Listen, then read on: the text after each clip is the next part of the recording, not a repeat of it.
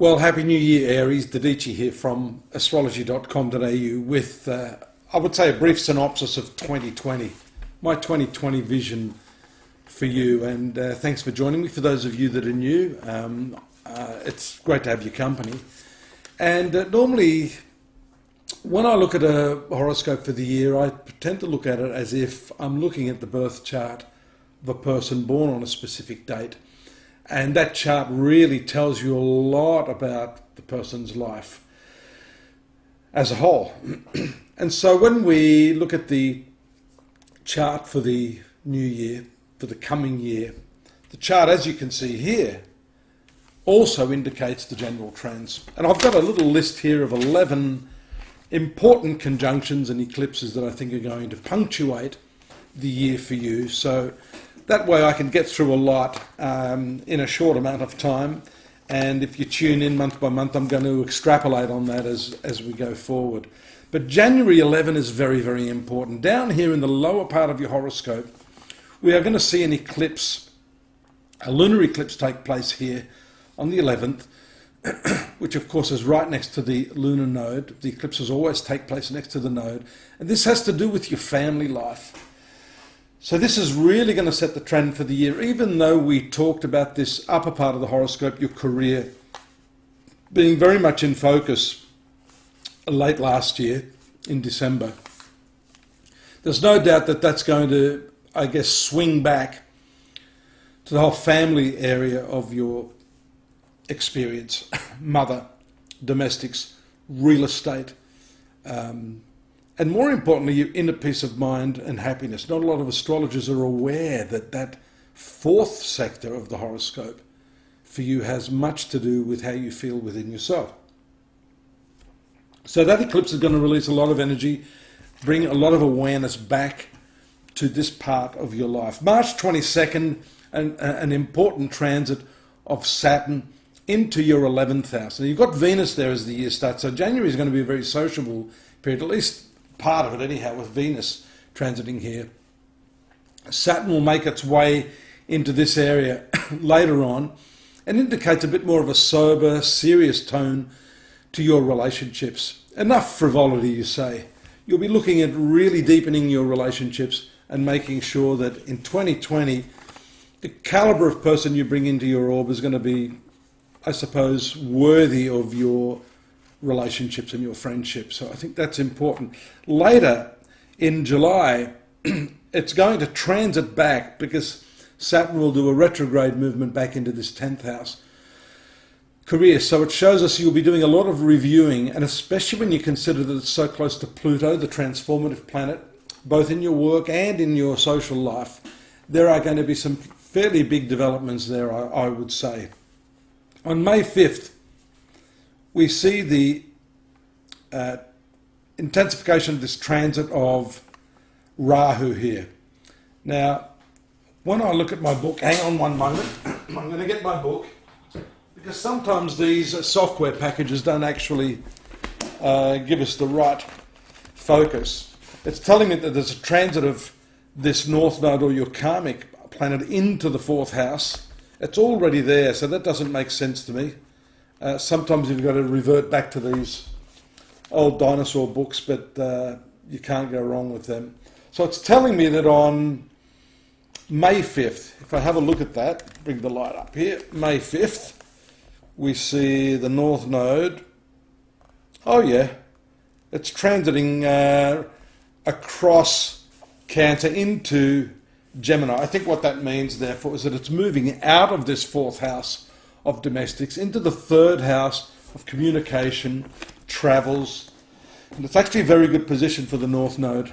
And it shifts your desire and your focus for the next 18 months into this area of your life.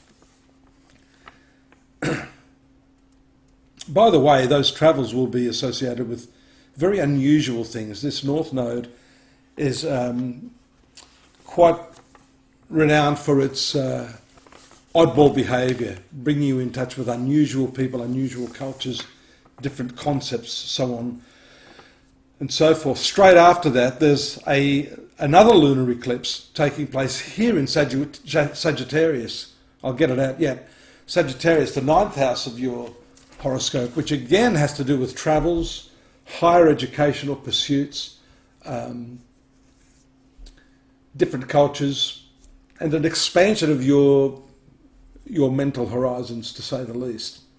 So you can see this third house and ninth house are going to be strongly activated in that middle part of 2020. June 21st, as if one eclipse isn't enough, we see another one back here, a solar eclipse in this fourth house of family. So you're really being dragged back to this, Aries. This is something you're going to have to pay a lot of attention to throughout 2020. If you've been remiss in the way you've been dealing with your relationships, especially those significant ones with your mother, the maternal side of your family.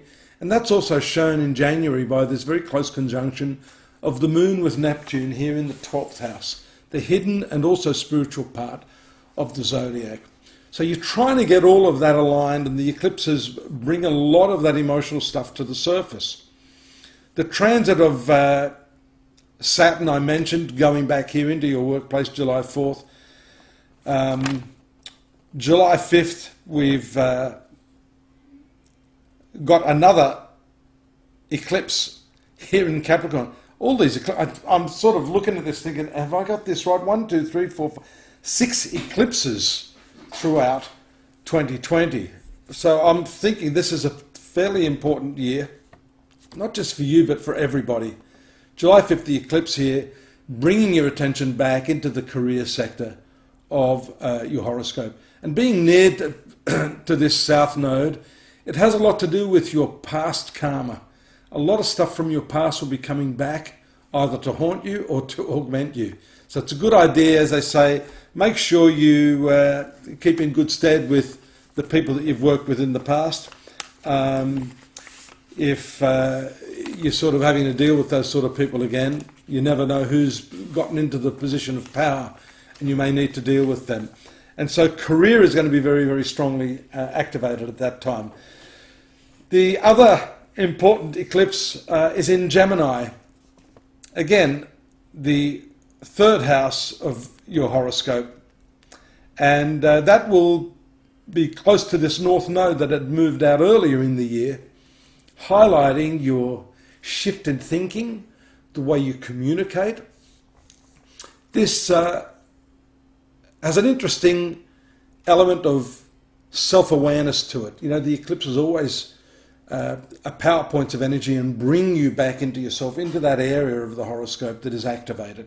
So this third house, communication, speech, the way you think also is indicated by the eclipse here in Gemini. The last 3 dates that I've got here all happen in December, with another eclipse here in this 9th house of your horoscope. So 4, 10, 9 and 3. These seem to be the 4 main areas of your horoscope throughout 2020 that are going to be very strongly focused. And this one here, of course, has to do with the issue of education. But there's a dictum too, when the sun is transiting in this area of the horoscope, and I know I'm going to get a lot of flack from Western astrologers or people that follow Western astrology who believe the 10th house is the father. The 9th house is considered the spiritual aspect of one's father. And having the sun in its eclipse phase there is an issue associated with one's father, authority, and also the government. So later in the year, you'll see that those areas of your life will come into focus. On December 17, Saturn finally makes its transit out of this career area, which has been obstructing you for some years. As it moves out into this 11th house, the place of fulfillment, you can start to feel as if some of those obstructions are being released. December 19 also, Jupiter will transit out of this 10th house into the 11th house, bringing with it also some additional benefits to you financially, profits from your career activities, and also better networking with friends and associates. That's the synopsis there for 2020. I hope that helps you. We're going to be talking about each of those months, month by month, if you tune in much, much more detail. Take care, and I look forward to seeing you in February. Bye-bye now.